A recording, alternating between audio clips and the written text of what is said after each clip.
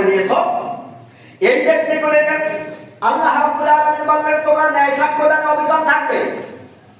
যারা ঈমান আনয়ন করে আল্লাহ তাদের প্রথম নাম্বার কাজ দিলেন তোমরা যদি কখনো সাক্ষ্য গ্রহণ করে তাহলে ন্যায় সাক্ষ্য দেবে, ইনসাফ ভিত্তিতে বিচার ফায়সালা করা রাখবে।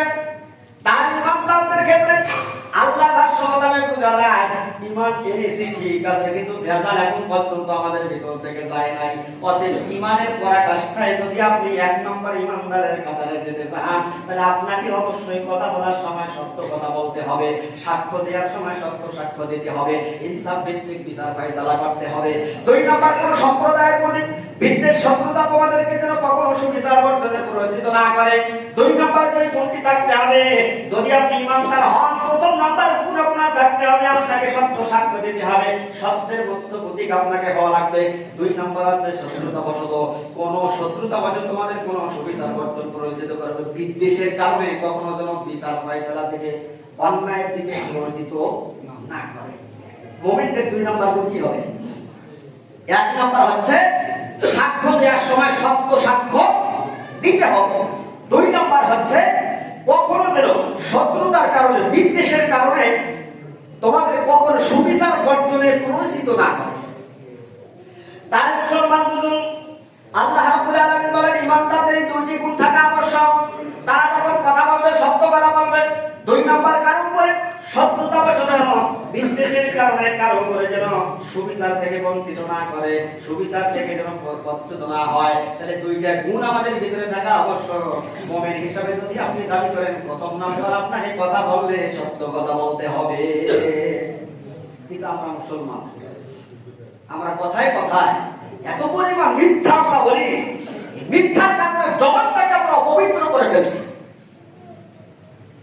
এজন্য আমাদের এই দুইটাই গুণ অর্জন করা দরকার আছে না?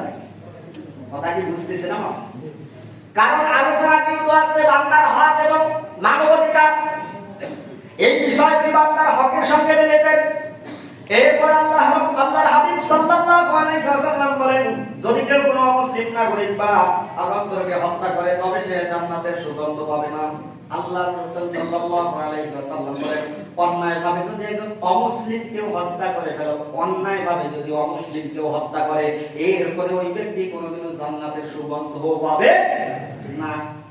তাহলে অন্যায়ভাবে একজন অমুসলিমকে হত্যার পারমিশন কোরআন দেয় না, অন্যায়ভাবে একজন অমুসলিমকে হত্যার পারমিশন শরীয়ত দেয় না, অন্যায়ভাবে একজন অমুসলিমকে হত্যার জন্য হাদিস শরীফে রাসূলুল্লাহ সাল্লাল্লাহু আলাইহি ওয়াসাল্লাম সাপোর্ট করে না। তাহলে আপনি যদি অন্যায়ভাবে একজন অমুসলিমকে হত্যা করেন জান্নাতের সুগন্ধ আপনি পাবেন না। কিন্তু মুসলিম হয়ে আর একজন মুসলমানকে হত্যা করেন, মুসলমান জাতি হিসাবে আমাদের সকলের লজ্জা হওয়া দরকার। লজ্জা থাকা দরকার আমাদের। যেখানে একজন অমুসলিমকে হত্যার পারমিশন দেয়া নাই সেখানে একজন মুসলমান হয়ে আর একজন মুসলমানকে আমরা কি করি? হত্যা করে ফেলতেছি। এরপরে রাসূলুল্লাহ সাল্লাল্লাহু আলাইহি ওয়াসাল্লাম বলেন যে ব্যক্তি হালাল খাদ্য খেয়ে জীবন যাপন করবে, সুন্নাত অনুসারে আমল করবে এবং কোনো মানুষ তার দ্বারা কষ্ট পাবে না, সে ব্যক্তি জান্নাতি হবে। আল্লাহ রাসূল সাল্লাল্লাহু আলাইহি ওয়াসাল্লাম বলেন তার উপার্জনটা যদি হালাল হয়, উপার্জিত সম্পদ খেয়ে যদি যেই শরীরে রক্ত জমবে এই শরীর সচল রেখে আল্লাহর দরবারে যখন দোয়া করবে। মুসলমান আমাদের সমাজের মধ্যে আমরা আল্লাহর কাছে সকলে দোয়া করি আল্লাহ দিনা ইয়াকুলুনা রব্বানা ইন্নানা আমান্না ফাগফির লানা যুনুবানা ওয়া কিনা আযাবান নার। আমরা আল্লাহর কাছে দোয়া করছি আল্লাহ দিনা ইয়াকুলুনা রব্বানা হে আমার রব ইন্নানা আমান্না আমি আপনার উপরে ঈমান আনলাম, ফাগফির লানা আমাদের আপনি মাফ করে দেন, যুনুবানা জীবনের গুনাহসমূহ ওয়া কিনা আযাবান নার জাহান্নামের সেই ভয়াবহ নিপুণ্য থেকে আপনি আমাদের রক্ষা করুন। আপনার বিবেকের কাছে প্রশ্ন করে যাচ্ছি, বলুন তো সবাই আল্লাহর কাছে এই দোয়া আমরা করি না না করি?